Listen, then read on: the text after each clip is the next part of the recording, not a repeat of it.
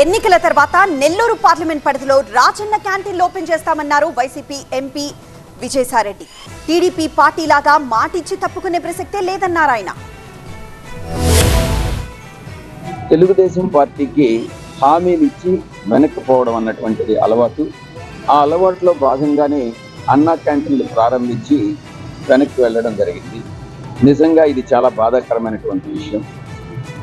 మేనిఫెస్టోలో నేను పొందుపరచాలనుకున్న నెల్లూరు మేనిఫెస్టోలో కొన్ని అంశాలని అప్పటికి ఆ సాధ్యాసాధ్యాలని పరిశీలన సమయం లేక కొన్నిటిని పొందుపరచలేకపోయాం. ఆ అంశంలో కూడా ఆ నెల్లూరు సపరేట్ మేనిఫెస్టోలో పొందుపరచలేకపోయినటువంటి అంశం ఇది ఒకటి.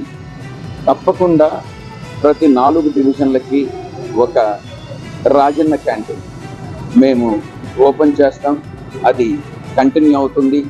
అది నెల్లూరుకి మాత్రమే, నెల్లూరు పార్లమెంటుకు మాత్రమే పరిమితం అవుతుంది. ఇది నెల్లూరు పార్లమెంటు మేనిఫెస్టోలో ఒక భాగంగా పరిగణించాలని నేను ప్రజలందరికీ కూడా విజ్ఞప్తి చేస్తున్నాను.